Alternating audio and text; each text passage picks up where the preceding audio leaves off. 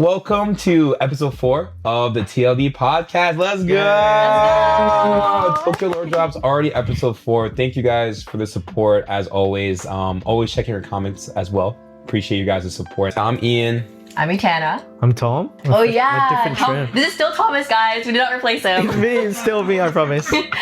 I'm still Tom. Yeah, kind of got like a nice fresh cut, you know, but it was just for summer because it's just so hot over here recently. Yeah, so I was like, blazing, guys, you know. blazing. Yeah, stay safe, guys. Talking like 98 degrees Fahrenheit every day, bro. Yeah. This is not a joke. it's like, With the humidity, it's not a joke. oh yeah, Don't come here in the summer. I'm telling you guys, don't do it. oh Don't do it. yeah. It's not worth it. Don't It's do terrible. it. Don't do it. Uniqlo Aerism can't fix this. No. You're No. sweating through that, by It's the way. not enough. You're drenching through that. Yeah, episode 4, guys. We're already here. As crazy as it seems. What's on the menu tonight? Talk to me. Today we're talking about our careers. Ooh. So we realized that in the first episode we did briefly mention like who we are, but we didn't actually really dive into what exactly we did before we moved to Tokyo, That's true. why we moved to Tokyo, and then also what we're doing now to build the future that we moved here for. Yeah. Mhm. Facts. Yeah, let's get deep. I love Yeah, so we should start with what we did before, just to give some True. context. that. True. Tom, do you want to start? Yeah, I'll start. So, before I came to this country, I was actually a software developer. So, Smarty. yeah, I mean, you'd think. But, yeah. But, yeah, I basically did that for however many years, 6 or so years. And, yeah, I came here. Now I don't have a job at all right now, but I just don't plan to come back to that job for a while. So yeah, that's what I did. Just What did you like about it? What made you leave, if you don't mind us asking? True. yeah, for sure. So what I didn't like about it was felt like every day was kind of the same. Routine. Yeah. Yep. Because you want to feel like when you're working at some place or at a job, you want to feel like you're progressing. You feel like you want to learn, you want to feel like you're growing. But maybe it's my fault that I just stayed at this same company for like 5+ years. So I just felt like it was very stagnant and I just wasn't being challenged and I wasn't learning anything new. And worst of all, I was pretty complacent. And I think nothing's worse than being complacent because it just means that you've become too comfortable. And when you become too comfortable, you don't want to seek a challenge and therefore you're not going to grow. So I felt like it was time for me to make a huge change to come to Japan. And that's why I'm here now, to basically to seek challenge, to do something completely different that I'm not used to, and just to make sure I am actually doing things that will make me grow as a person. So yeah, that's what I used to do. I can talk about the nice sides about it, I guess, because it's not all terrible. Yeah. Let's Let's hear chat it. about that. So there's some good things. I think with this job, it's good because you have a good work-life balance. And I think that's very important when, especially in the age of hustle culture, everybody's like we gotta spend as much time as possible. We gotta get that bag, you know. We gotta do all this, you know. We gotta get all these achievements, like you know. It's all about that. But for me, my job was pretty nice because I could just clock in and clock out. I just get the work done, you know. I just do what I was asked to do and nothing more. I liked that a lot because I was able to do my work, and then when I come home I can just chill, you know, and recharge for the next day. So that was very nice. And also with the industry of technology, it's constantly changing, and even though I just talked about like it's not very challenging, it's still without question a field where you have to adapt and you have to learn constantly. And I did like that. It's just a shame that at the company I stayed at, it didn't really do that for me, and I didn't feel that. So that's the difference. Like in general, that field will challenge you. It will make you like learn all these things because you have to in this ever-changing world, in this industry. But again, it depends on the place you work at. So for me, it didn't apply to me. So yeah. Right. I feel like that's something a lot of people, probably a lot of our viewers and listeners can probably relate to that, honestly. 120%. Yeah. Like, I think everyone's been in a part of their lives where it can be pretty like stagnant, or it feels stagnant. Absolutely, But the difference is that you're doing something about it, and that takes a lot of courage. Yes, definitely. Yeah. I'm definitely trying my best to do that because I feel like it's a great opportunity to come here in Japan, out of all places, do this stuff like, record this podcast, do some vlogs, like stuff I've never thought I would have done if I was staying back in England, doing the same thing every day, I wouldn't have thought of it. So yeah, I'm very grateful where I am now. So then I can do all this cool stuff and do things where I actually feel like I'm being challenged and I'm being pushed out of my comfort zone at least. So yeah. That's really good. And we do want to hear more about those vlogs and stuff, but I think maybe Iain should go ahead with what he did before first, and then we'll go into what we're doing now. True. So for me, very much the same. I grew up in the States, and so when I was in the States, I was in the States until university. But during my time at university, the usual track of people were, because I went to a school in upstate New York, everyone would flock to New York City after. And I wanted to avoid that at all costs because I knew that if I did that, I'd likely be hanging out with the same, 5 to 6 people. And again, there's nothing wrong with that, especially if that's your preference. But for me, being, such a unique, citizenship of both the United States and Japan, I felt that, let me see what's out there in Japan. And so I had an internship my junior year of university in Tokyo for about a month. And it was just instant. I just knew that month I was there, it was so much fun.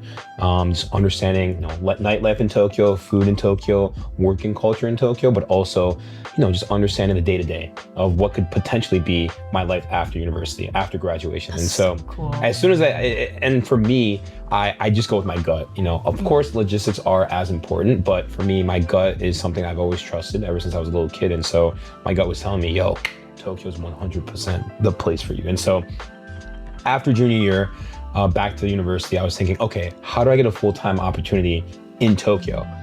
So I applied to a recruitment firm online first, but then that recruitment firm in Tokyo was international. They were also going to this career forum called the Boston Career Forum. And I know a lot of people watching will definitely know what that is. It's where Japanese companies come to the United States, hold a career fair in Boston because they want people and they want to hire people to come to Tokyo or come to Japan.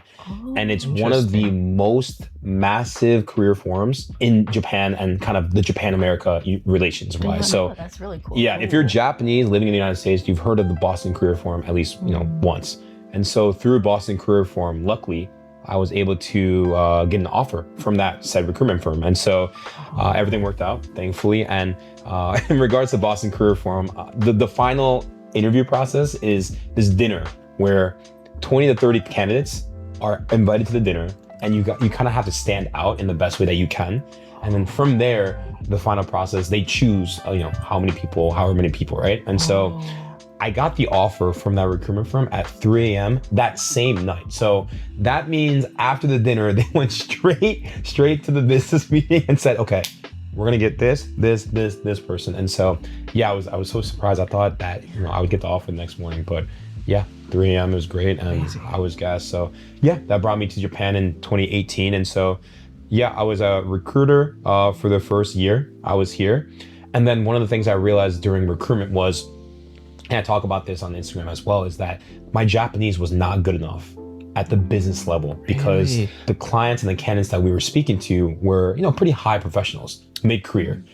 But for that level, you have to have a specific and certain amount of Japanese, and you have to attain that level, or else, the candidates and the clients might not treat you as well, or they might not respect you as much. And so, initially, straight out of college, I didn't have that. And so I learned that very early on, and a manager on another team toasted me, and I'm still friends with him, and he knows who he is because I talked to him about it. I'm not gonna name him, but he knows who he is. But we're still friends now, which is kind of funny. But at the time, absolutely roasted me in front of my teammates, and so it was real bad.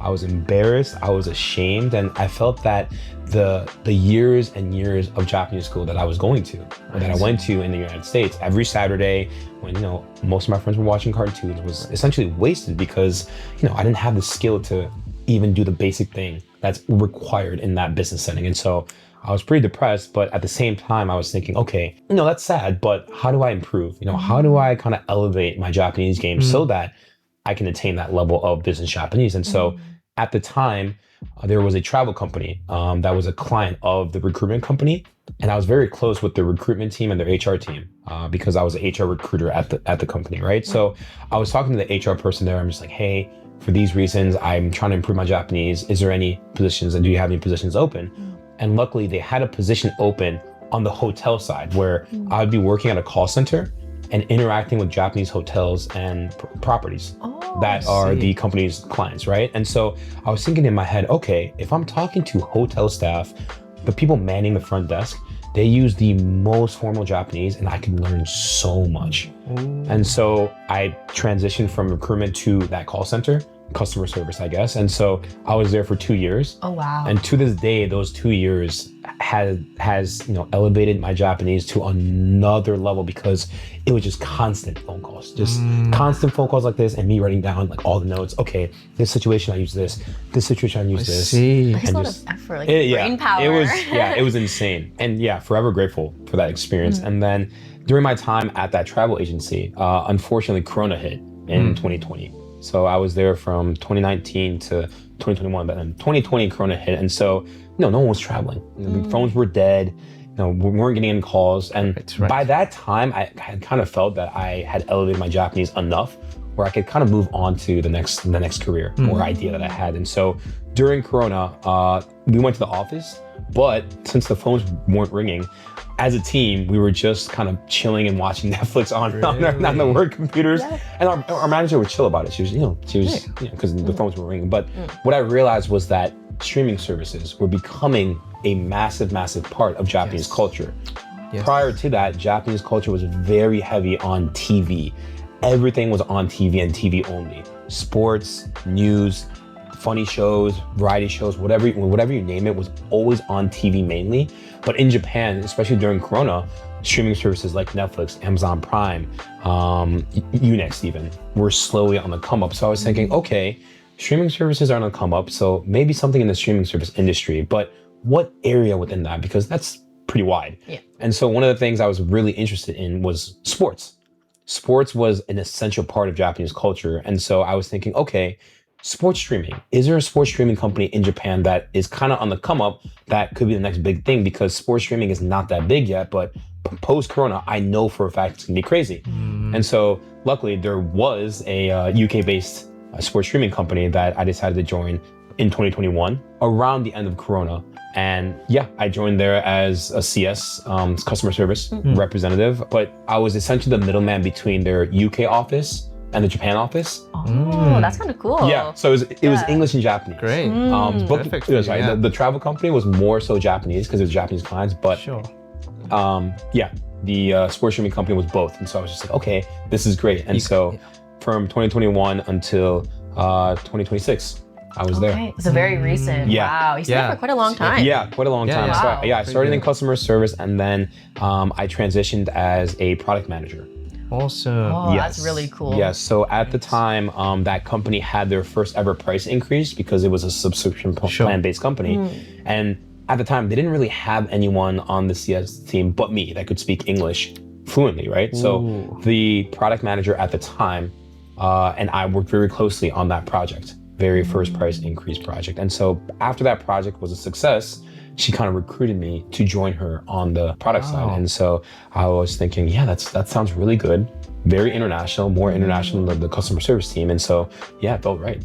And so I joined the product manager team in around 2022, actually. So I was in CS for about a year, 2022. And then from 2022 to 2026-ish, I was, product manager. Wow. So it was great. It sounds like a lot of your career moves are based on like knowing the right people, being ready for opportunity, and just timing. Like that's that's really cool. Yes. Yeah. And I think that I think a lot of people also can relate to that, right? And that of course, when you move careers, the main thing is, money, or the main thing is you want to build on a skill.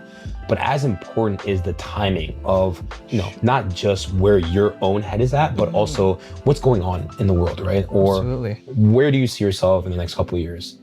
And I think sometimes, like Tom mentioned, the hustle culture kind of delays or kind of, blocks that thought of where to go next, because you're just thinking, okay, like what's next? And you kind of can't really ask yourself or take time to ask yourself, because hustle culture is, no, it doesn't take time. It's not taking time to think about it. It's what's next, what's next, what's next, always on your toes. And so while hustle culture is good, I think that in this day and age, it's oversampled. Yes. Absolutely. Absolutely oversampled. And sometimes you just have to take a step back and ask yourself, okay, hustle is great, but when I really think about, where I want to go next, really sit down with myself and ask myself where I want to go next. What is your gut telling you, or what do you feel, right? Yes. Because when it comes to hustle culture, feelings aren't really a part of your decision making. And so taking all those into consideration, I think that in this day and age, especially, asking yourself and really having a conversation with yourself is just as important as just hustle culture and just jumping onto what you feel is the next right thing because of, so-and-so things. I definitely feel like hustle culture, like on that note, is very like intrinsic. You only really think about what you have to do in the moment for the current situation, and you kind of block out, like you have tunnel vision almost, right? Yeah. Whereas what you're saying, I guess, like having that conversation with yourself to look at the bigger picture, that's more extrinsic thinking. And then the reality is, well, there's a lot more out of our controls than within our controls. Yeah. So you might as well factor that into your like future plans, right? 100%. Yeah. Wow. Yeah. Your story is really cool. Yeah, I mean, it's decent. Yeah. I mean, I feel like every step of the way, every career I've had, it's been, of course, to increase or kind of work on a skill I didn't have before. Right. So I want to relate something back to what you said about being in the right time and right place. Definitely for me, I think that applies to me too. So I said I was a software developer in the past, but I never actually planned to be one, growing up. So throughout my entire education, high school, college, and then university, I studied psychology. No way! Psychology. That's the first time I know. Okay, that's Right? the first time, yeah. It's cool, right? It's word. interesting. Yeah, it's very different. Like you wouldn't have expected, like two completely different fields. Yeah, so I never really thought I'd end up in this kind of job. So I obviously have a really strong interest for psychology. Like it's always been something I'm very passionate about and very curious about. Like I just, as soon as I got a taste for it in high school, I just wanted to learn more and more. So that's why I studied all the way through, But yeah, of course, I think you all know, like, it's not easy to find a job with a psych degree, Yeah. Let's be honest. Are the stereotypes as true as they say it is? It's true, unfortunately, because I can speak from experience, yeah. But yeah, so I was like, what job could I do? And I think this is the time where you have to be brave and to try something different. And I was very lucky. I had a guy who I would consider like my best friend back home for sure. And shout out to you, Alex, if you're watching. Hey! Shout out to Alex. Awesome dude. We need to catch up. We definitely need to catch up. So yeah, he was a year above me, and just after he left, he was also looking for a job. And he did this kind of like boot camp kind of course thingy in London. And he did it for like a project manager to learn how to be a project manager. But this academy also did a course in software development. So I was like, yo, you've just told me about this cool thing that you're doing. How about I give it a go and see what I can get out of it? Let's see. So I studied for like 3 months. It's just like being back in class, like 5 days a week. Wow. Learning every single day. If you miss a day, like you're done for. That material's gone forever. Like it was not, like a walk in the park. It was like real serious stuff, because the way that this academy worked is kind of like a hybrid business model, okay? So they are like a teaching academy. And then also the way that they make money is kind of through commissions, and how they do that is they have their clients, which are actual companies. Oh. So they have these contracts that they need to fill, and they're looking for a person with a very specific skill set, specific like knowledge in this software. So then what they do is they train us up to learn these skills, and then they ship us out to these clients. Wait, that's actually such a clever business sick. model. Yeah. What? That's very interesting. Yeah, that's how they did it. And so that's how I learned the stuff that I learned. I'd never went to work for a company because I was just stubborn. So I was like, So you. I don't want to do this. Screams you, bro. Yeah, so I just like, I just completely ignored like their phone calls, and I was like, let me just do my own thing, you I know. was like, I can't find a job with my degree. You have 5 jobs for me?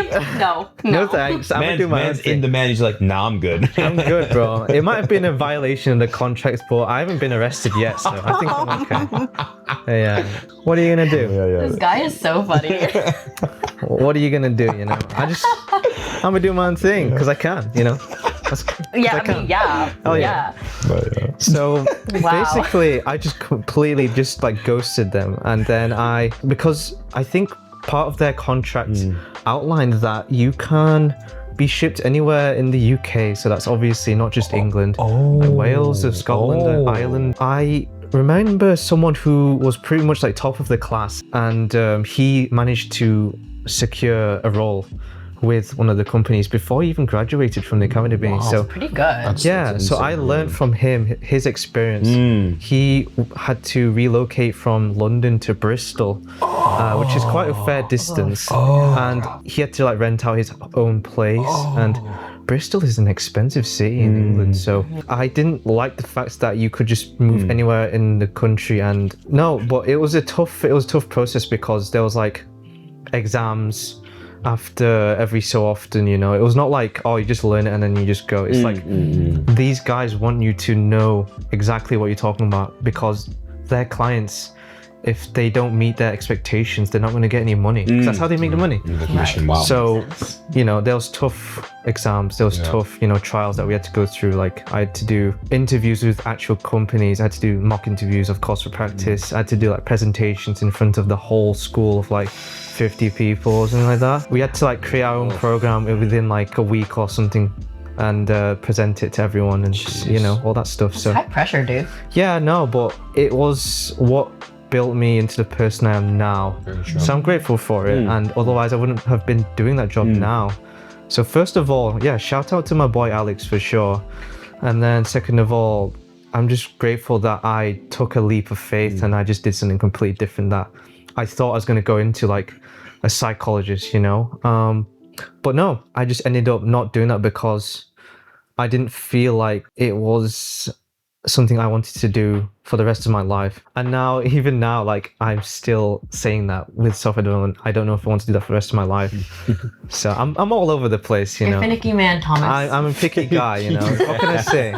I'm a Big picky words, guy, big you know. words. Finicky. But I think that's the nice thing about life, is there's always time to change your career and just like do something. Like, again, I'm speaking with privilege, of course, because I've been able to save up before I came here and do the stuff I'm doing now to explore my life in Japan.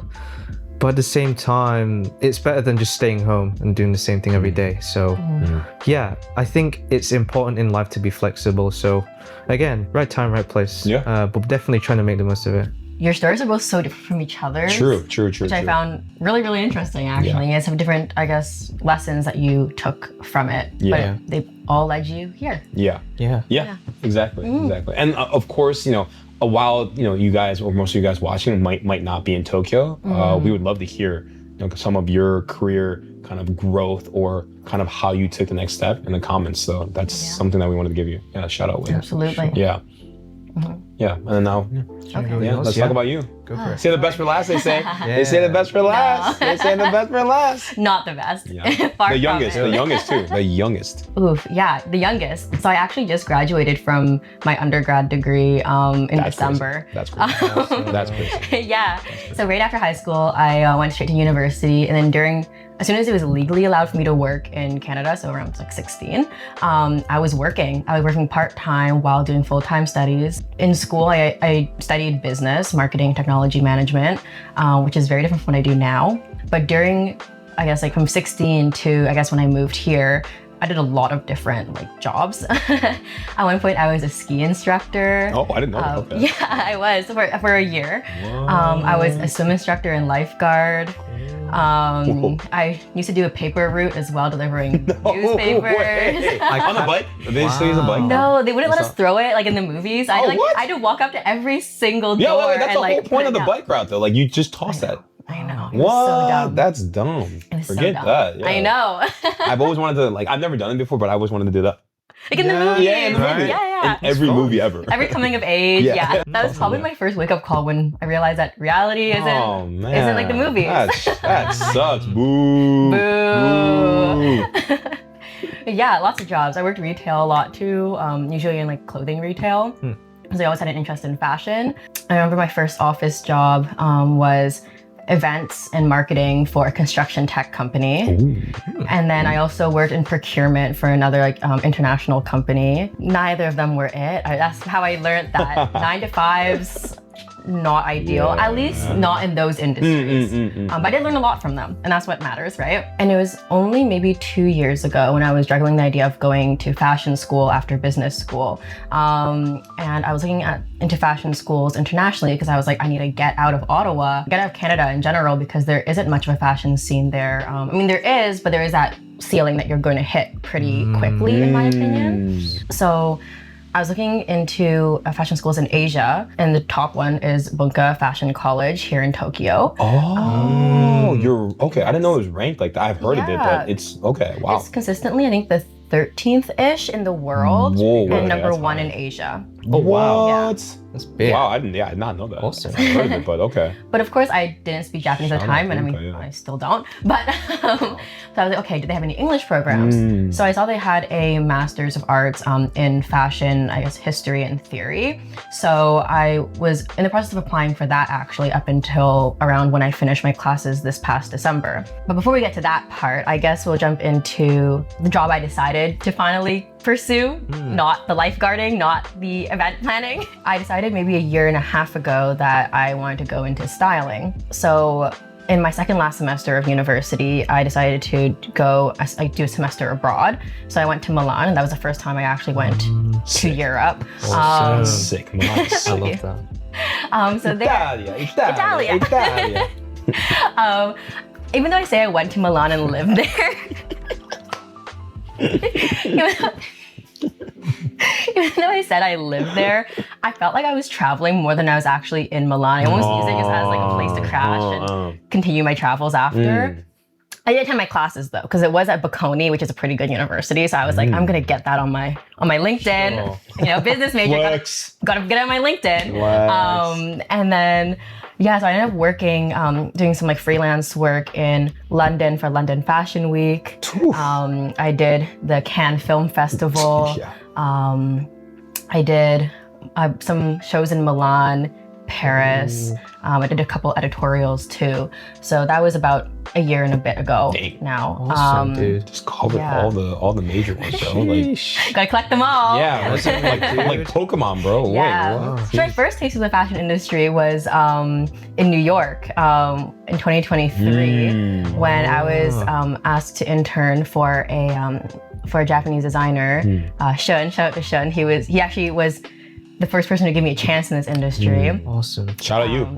Shout out. So I just fell in love with it after that. So I decided to do the little circuit in Europe, and kind of similar to your story, where it's a lot of knowing the right people, meeting the right people at the right time. Yeah. Yes. For instance, so I was on Instagram Threads of all places, maybe a month before I left for exchange, and I was scrolling through, searching up like Milan, like photo shoot opportunities, all that stuff.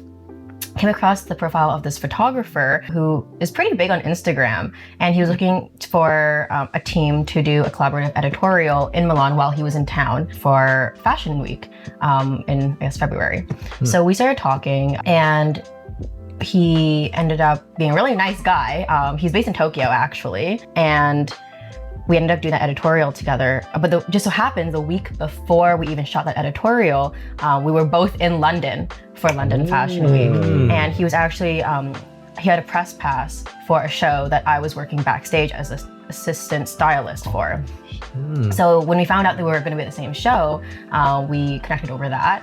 And then he ended up connecting me to someone a designer that he met who was attending that show. And then I ended up working for her in Milan backstage. And that was kind of how I also got invited by her to help her at the Cannes Film Festival. And then because I was already in Cannes, I ended up, I was able to pick up opportunities with other like stylists and whatnot, and other teams while I was already there. Nice. So it just all kind of trickles, Mm. I guess, It into does. each other. Yeah, it's all about Yeah. timing. It is though. It really is. Yeah. Yeah. So then after my exchange, I came back to Ottawa in June and I was really depressed. Because I felt like I made so much progress, but now I'm just like leaving it all to go back. Well, I had to because I was finishing my degree, right? So I was like, okay, let me just get through this. I did my degree. I finished the courses in December, was doing my interviews for Bunka at the same time. And then literally right after I finished my courses, I got my final transcripts and everything, got my like reference letters and all that for my application. I was informed by my university back home that even though I finished all my courses, they weren't going to confirm my degree until June. Because it was like a whole thing, like just the process. So I asked Bunka, like, hey, I have proof that I finished all my classes and I got these marks, I did well. Can you accept this? And the Japanese Ministry of Education just doesn't allow that. They need your actual degree. And because the school year in Japan starts in April, but then the school year, I guess like the graduation ceremony in Canada is in June, the timing just didn't work out. So I had to pivot plans. So then I ended up applying for a language school and that's what I'm doing now. Wow. Okay. Yeah. That's a crazy backstory. I didn't know that was all going on. journey. Yeah, that's Yeah. that's quite the journey. Awesome. Dude. Wow. Yeah. Yeah. It was interesting. It was something. It's awesome. Yeah, I was all over the map.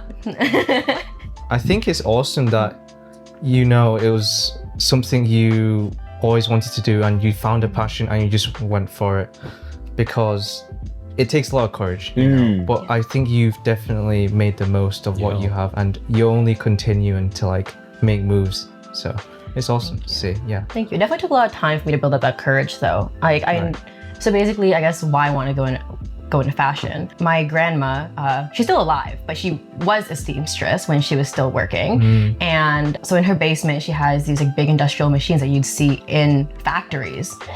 And like growing up, like she would teach my mom and like my aunts like how to sew. So when I was a kid, I showed interest in that and she was showing me how to sew. And that was one of the few things that we were able to connect over because of the language barrier. They left Vietnam when they were kids, like during the war. They met in Ottawa. So I'm technically second generation and I didn't really get a chance to properly learn Vietnamese. So with my grandparents, there are very few things that we could connect over. So when you ask me if I understand Vietnamese, I'm like, yes, but contextually. I can understand like, average everyday conversations as well as like sewing knowledge. Specifically. Specifically sewing, dressmaking. We bonded over that and I realized maybe when I was like 10 that I wanted to go into fashion. I didn't know what though. Everyone in my family was saying that's really stupid, like that's really risky because to them stability is everything as like immigrants, right? Of course, So they wanted me to go into something stable. So then I briefly abandoned the idea of going into fashion actually. My middle school me wanted to be a divorce lawyer. Oh. Specifically? Yes. Specifically a divorce lawyer. Yeah. Well, how do we get there? I was a jaded child. Divorce lawyer specifically is wild in middle school. Yeah. That's wild. Yeah. And your parents were still together. Yes, they're still together. Yeah. So there's no. My parents broke up, which is why I wanted to be a divorce lawyer. You're just like divorce lawyer specifically. Yeah, and at the time too, like Wow. pretty much no one in my family, like extended family either, like had divorce and separation. I mean that's different now, but at the time, everyone was seemingly like in happy marriages and whatnot. But I was just kind of like, that sounds pretty interesting. I don't know. I want the tea. Yeah, divorce lawyer. Okay. Yeah. In middle school, that's something else. Yeah, but then I think during high school I went to an international baccalaureate school where it was just a bunch of nerds, right? IB. Yeah, IB. Everyone wanted to go into STEM, and I was like, and I was like, oh, like should I also go into STEM? That was not my strong suit at all, and also I just did not like the environment, the competitiveness of those types of fields. Very cutthroat. Yeah. IB is it's not a joke. No, it's not a joke. I was bullied for being stupid, even though I had like a 90 average What? Really? in high school. Yeah. Yeah, that's ridiculous. I remember like my boyfriend at the time, my school was such a weird backwards place where like the band kids were the cool kids, the jocks were like nobodies, the theater kids were normal. It was a whole other reality. Like it doesn't feel real when I say it out loud. But yeah, so my boyfriend at the time, he was actually too embarrassed to hold my hand in the band hallway because I was my stupid. God. That's so Yeah. messed up. That is a violation of another level. Dude. Yep. Trauma. Anyway. What? Wow. That's a madness. It was really that serious? It was Yeah, that serious. It was that serious. Oh my God. Yeah, and I was That's considered really the weird sad. one. I was considered weird for not That's wanting so to go brutal. into like STEM or go into something more traditionally like Sure. the traditional image of success. Absolutely, yeah. Right? Academic. Academic, Yeah, right? Yeah. And a similar thing happened in business school too, where everyone there wanted to go into finance, wanted to go into consulting. And at one point I was like, oh my gosh, should I go into finance? Because I did of originally course. actually enter business school for finance. Right. Yep. And then Right, I that's switched right. out of it. But I was like, no, I can't. Like, why are these dudes so excited about working over 100 hours a week, like doing the same thing every day? It's such an exhausting environment. And again, I was still looked at in a weird way for wanting to do something like fashion, which is seen as a frivolous industry that's often over glamorized, right? And it is over glamorized, but it's definitely not frivolous. Yeah. A big word there, frivolous. Frivolous. Wow, Frivolous. yeah. That's an S&T word right there. Nice. Wow, frivolous. I like that. Yeah. I'm gonna start using that. I don't use words like You that. should. Frivolous. So it's like, yeah, that's our past. But enough about that. What are we up to now? We're on to much bigger and brighter things. Yeah, we're here in Tokyo, so obviously there's a lot of cool things going on here. A lot of cool people to meet, a lot of opportunities. So for myself, I have been trying to do a bit of, it's a kind of like a hybrid of me kind of documenting my life and my travels in Japan, and also trying to build skills on top of that. So with that, I mean like photography, videography, like doing travel vlogs and content creation. Fire. And that has been really fun. So that is kind of the route I'm going in. I would love to find more opportunities and to meet more like-minded people, do collabs and stuff. And so then hopefully that could lead to some great things. You never know. But again, like you said, it's all about meeting the right people, being in the right place. And I think Tokyo is a great place for this. So I think it's great that I'm here because I feel like I've set myself up for something that will lead me to that kind of path. So as long as I'm like doing all this cool stuff, I'm actually getting out there and like just trying to make the most of like what's here, then yeah, that's basically it. Just trying to see what comes along and just trying to have fun along the way. Yeah, absolutely. Another thing as well, I think, because I'd said my job is a software developer before, it's like you just have like a list of requirements you need to do. Here's what you need to do for the day. Do this and that.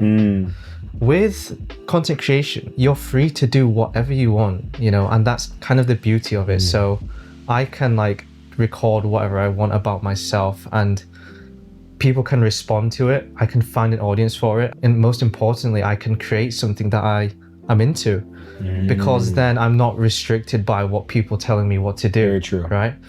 So I never really considered myself like a creative person, you know, because with that previous job I had, there's some room for creativity depending on what you do. But it's not like now with the opportunity I have now with content creation and this kind of route I'm taking, that I get to do something really unique to myself and I can come up with it and be proud and have the ownership to know that this is like the stuff that I can do because I have the capability to create now, you know? So you could say like, I could be like a creative. You could say that based on the things that I'm trying to achieve, the things I'm trying to do.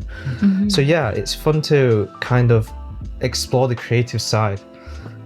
So with photography, recording videos and like this podcast stuff and yeah, all these things along the way. Versatile.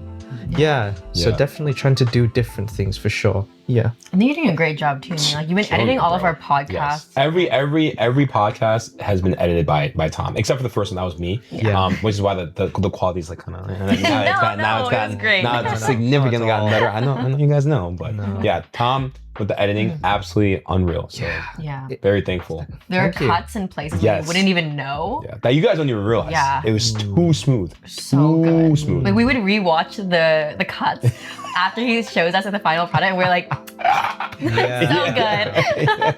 Yeah, those times I was like, I'll see you guys watching the video, and I'd see the cut go by. But yeah, you So know, I had you to- pointed it out. I remember pointed, you like, pointed out. Yeah, I'll a just place it couple. back, and then once I point it out, you're like, whoa, It was that too, was a too cut. smooth. Insane. But Too yeah, smooth. Literally no, insane. Smooth like I butter, appreciate honestly. it. Yeah, I try. Honestly. Yeah. But- And honestly, your travel vlogs too have Yes. been really, really Yeah. good. Oh, yeah. Thank you. Yeah. It's been really fun to learn all these like cool skills that I wouldn't have like probably bothered to deal with because like I've already got my job back home. So then like I'd just probably just do that stuff. But photography has always been my hobby. But since coming here, like I've been able to explore that more and also just develop my skills further and further and further with each like photo that I take and just get better at something I truly enjoy and hopefully something I can find more opportunities to do in the future with.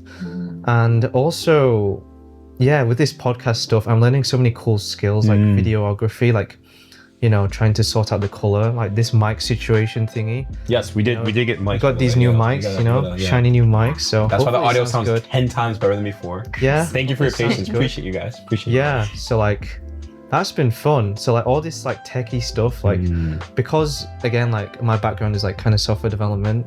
It's been nice to kind of employ a bit of like that's kind of mindset into this because I feel like again I'm kind of solving problems because that's literally what I did for like 6 years straight. It's like I need to find a way to solve problems and just iterate and get better. You know, like how can I fix a problem to this solution? How can I make it better? So it's nice that I can use that skill. Like it's like a transferable skill to this what I'm doing now. And so it's just all about like getting better and like doing cool stuff really. Yeah, it's fun. That's Did you sick. did you find that like moving away from your hometown brought a sort of inspiration in itself? Or did that really not have an effect on like your creativity? A deep ass question. Yeah, I think part of it is because I've always loved to like travel. Well, and I've only really done this like traveling thing for like the past 2 years.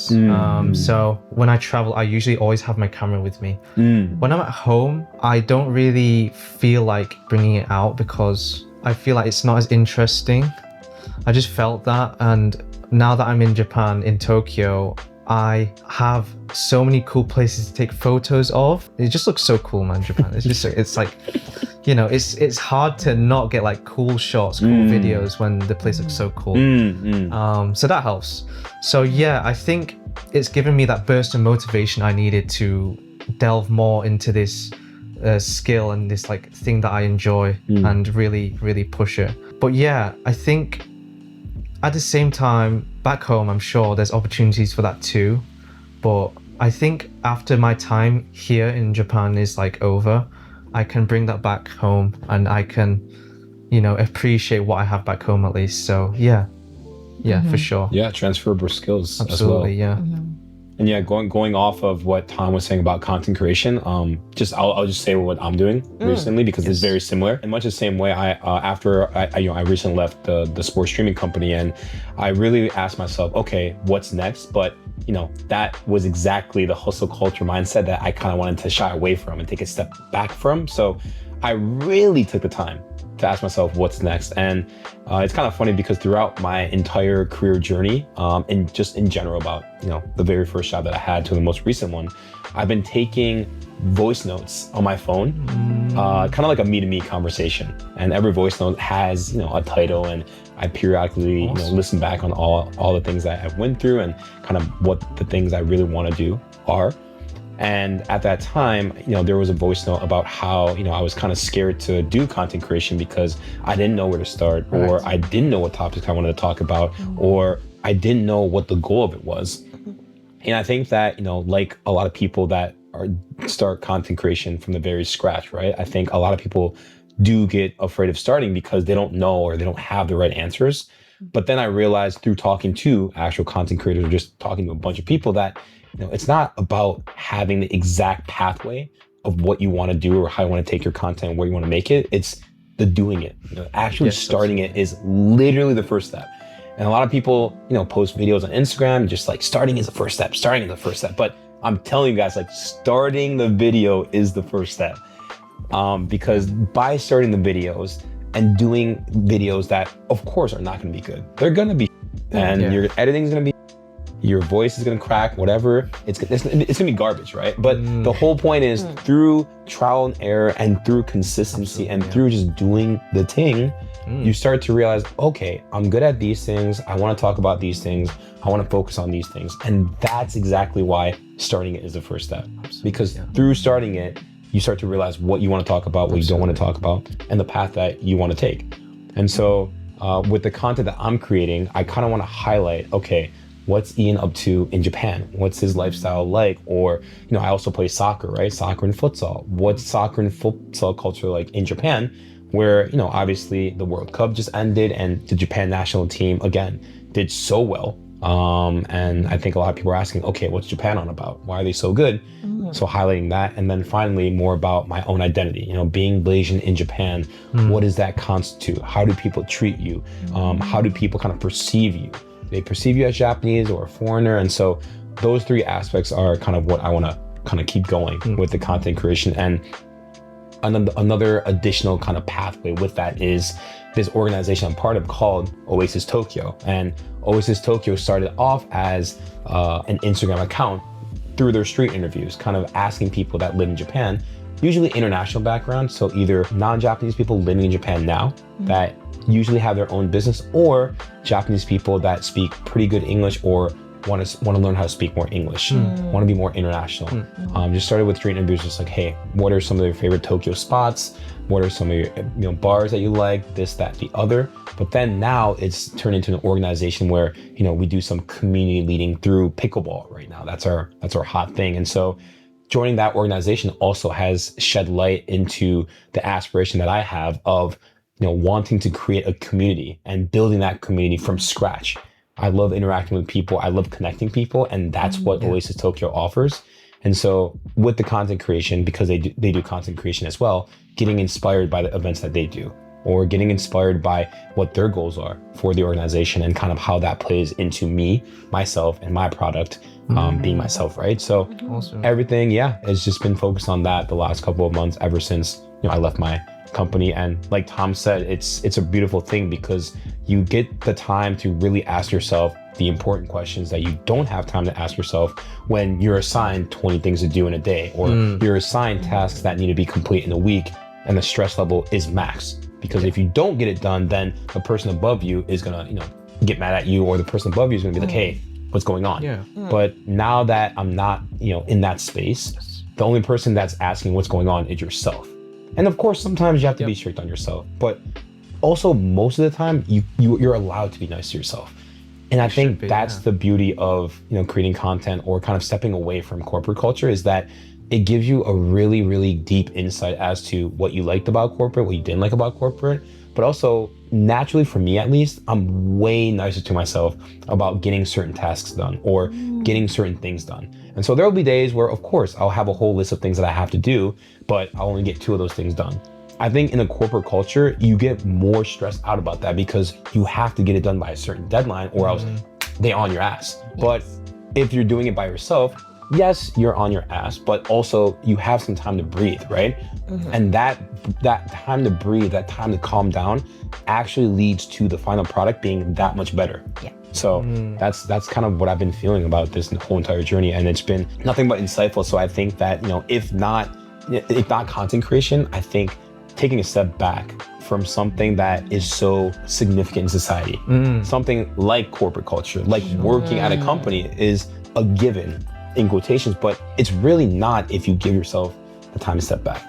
And again, I will admit, yes, that comes with privilege, right? Like, we're all privileged enough where we can step back and, we're not struggling with money, and that's a huge aspect. But if you do have that privilege, or if you do have the opportunity, I would definitely recommend doing that 100%. because so insightful. Yes. Yeah, I feel like I definitely only knew you after you quit your corporate era. But from what I've observed from what you do for work now, you just seem so in your element. Yeah. Like I can't imagine you doing anything like different from like something within the realm of what you're doing now. Exactly.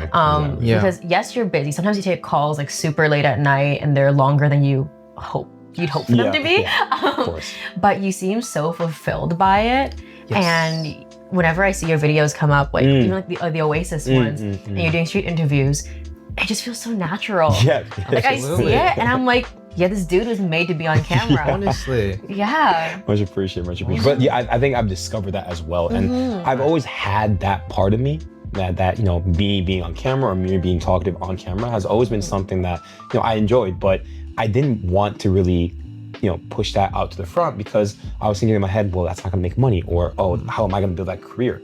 And those are the kind of ideas that were stopping me initially because I was in my corporate era. But again, just taking a step back and really asking myself, okay, if, you know, I were to, you know, die tomorrow, for example, right? Worst case scenario, would I be happy with the life that I have right now, being in corporate or doing the thing that I'm doing, spending so much time on? And during my time in corporate, the answer was no. It was absolutely not. Like, it wasn't just no, it was absolutely not. And so when I finally sat down and discovered that, I really asked myself, okay, then what is something that I would enjoy if I were to die tomorrow? And that's the thing I'm doing right now. So of course, you know, money's not there yet, or monetization, this, that, the other, but at least I'm doing something that I love and that I won't regret if I were to die tomorrow. And I think that that's something, again, that most people don't really ask themselves, that they should, and they should take the time to. So Definitely. Because if you think about it, you end up working for like a pretty big all the time, people in corporate especially, or consulting or finance or whatever industry it is, you work a lot. A lot.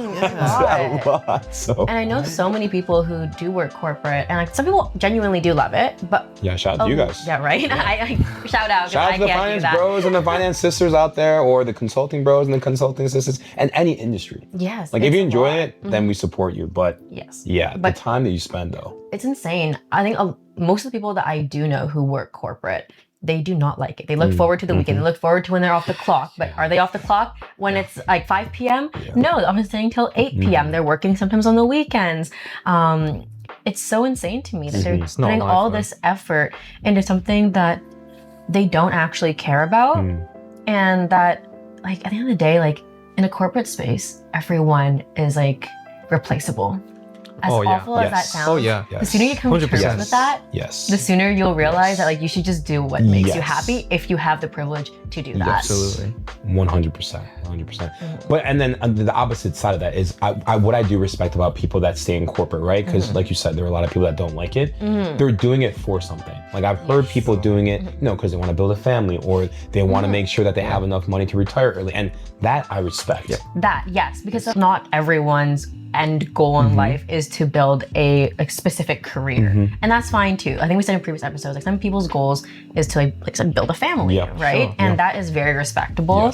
But for those of you who do care about your career, who do in terms of like you have specific goals, you have things you want to achieve, some of the saddest things I hear from people who are like older, like closer to retirement even, they're saying like, they're telling me like, yeah, like when I was growing up, I wanted to be a flight attendant. I want to do this. I want to do that. Even hearing my parents, like if stability and money wasn't an issue, they had their own dreams, right? And they had their own career goals, and they weren't able to pursue that. So I think being able to pursue what you dream about is a privilege, and if you have that privilege, you should just go for it. 100%. Yeah, I guess in my case, I mean, I just moved here pretty much almost exactly a month ago now. Only been a month. Yeah, it's only been a month, and I feel like I've lived a whole life. Yeah, right. Jeez. Sure. Jeez. We all, because we always hang out with each other. It feels like we've been friends for ages, guys. Ages. These dudes Years. know more about me than like some people back home in Ottawa. It's crazy. I don't know if that's a good thing or not. I don't know. I mean, we don't have a choice though, guys. We don't have a choice. It is what it is. I hold them hostage It is, here, yeah, it is. actually. It is what it is. Yeah. She's gonna share what she wants to share, and we're just listening there. Against our will. Yeah. His words, not mine. Yeah. But, yeah. I mean, it's a very safe environment, guys. It's very safe. It's a safe space. No one gets hurt behind the scenes. Behind the scenes, except well, only behind them. Yeah. Some people do. Yeah, so I moved a month ago, and it's been kind of crazy. Well, I'm here for language school. Like I'm on a student visa, but the end goal, well, for now, is to work as an idol stylist for J-pop and K-pop idols. I think that'd be really, really cool. That's a flex. I love it. That'd be sick. I know. She I'm knows so what she excited. wants. That's awesome. Especially because you're a huge K-pop/J-pop stan, more so K-pop. I think that people should know. Like, you know, I know. she guys, Huge the fan. amount of lore behind that too, but also the amount of K-pop groups that she's introduced us in the last month. Insane. Yo. Yeah. So many groups. Yes, I just like really, really respect other creatives who drop everything to pursue that goal. Like if you think about it, these idols, they risk everything, right? And their families oftentimes have to support this goal as well. They risk everything to pursue this dream where they know that like it's a 1 in a million chance of them even debuting. So seeing these people achieve their goals and helping them from behind the scenes is something that I really want to do. Like as a creative, I want to uplift other creatives, even if like I'm not famous from it. You know, I actually rather not be from the camera, but so this kind of works out. Well, not the podcast, but my actual job. Yeah, this is going on YouTube, so you're on camera, bro. Like you're on camera. Your digital footprint is there. In terms of like my styling work and my creative like direction work, just being able to support from behind the scenes, I think is really, really rewarding. Like Awesome. I arguably like look up to the idols stylists more than the idols themselves. Whenever I'm watching any of these music videos, I'm like, wow, the stylist really killed it with this. Awesome.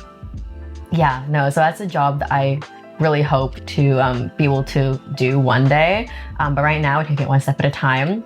I've been working on some editorials for some magazines, just some personal portfolio building projects. I've also been trying to expand, because I used to just call myself a stylist, a fashion stylist. And I tried to find my niche. I was just like, oh, I'll be like a celebrity stylist, just celebrity or just runway or whatever. But I find that in a creative field like this, you kind of have to diversify your skill sets. And then also like, yes, find your niche, but you also have to be flexible enough to do other things as well. Very true.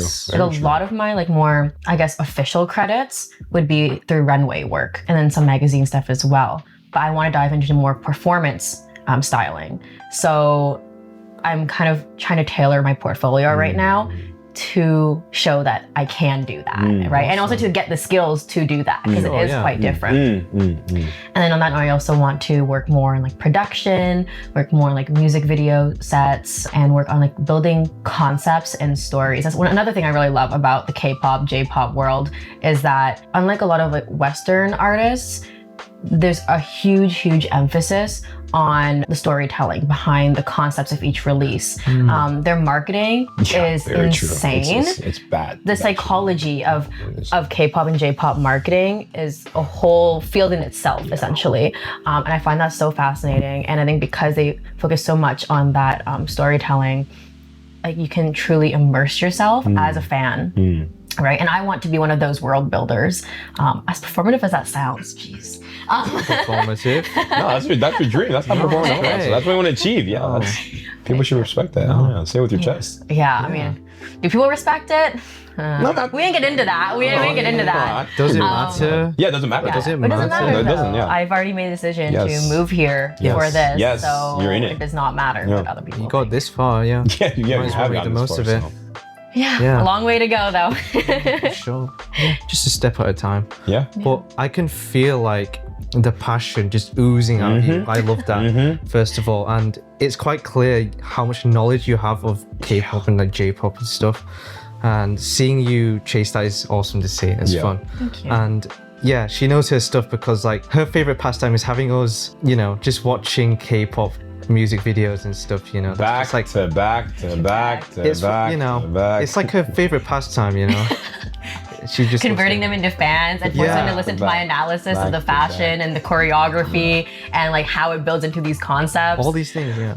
You have a stand now. Don't you have a K-pop stand now?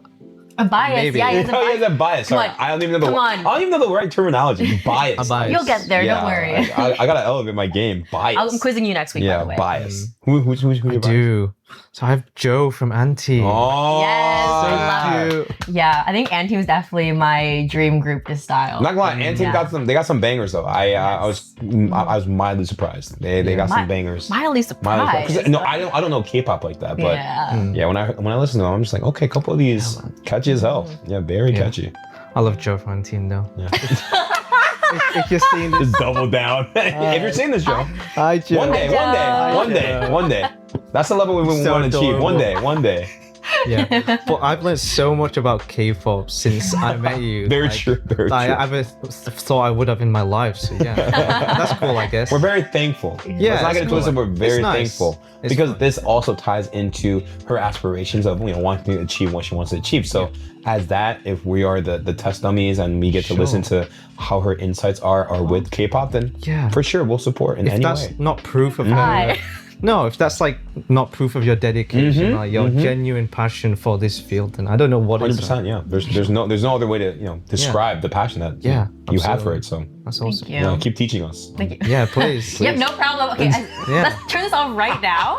Get Anti on the big End screen. the podcast right now. We're gonna get Anti Right. Locking you in here. Yeah. Right after Hours. this, yeah, Hours. the rest of the night. You asked for it. You asked for it. True. Guess we gotta. Oh my god. But yeah. Yeah, I've always found that it's hard to, I guess, put into words the passion that I have for what I do. It's like this rush that you feel on set that you can't feel anywhere else. And I always just keep trying to chase that. I keep trying to chase that. I think most creatives can understand exactly what you mean. Yes. They can empathize, right? You can't really describe it in words, but it's a gut feeling or it's this kind of insightful excitement that you feel that you can't describe in words Can't because recreate it's it. yeah, Yeah. it can be described in words. No. That's how amazing it is. That's how it's how so much you want it fun. to, right? It's an amazing feeling. So unlike It just anything. feels that like that this is my purpose. You know, like it's not anything like world changing in the sense where it's not life or death. I'm not saving lives, but in a way, there has to be people who do jobs that aren't saving lives. I don't think I have it in me to take on the pressure of saving lives. So if anything, I will help entertain the masses Yeah.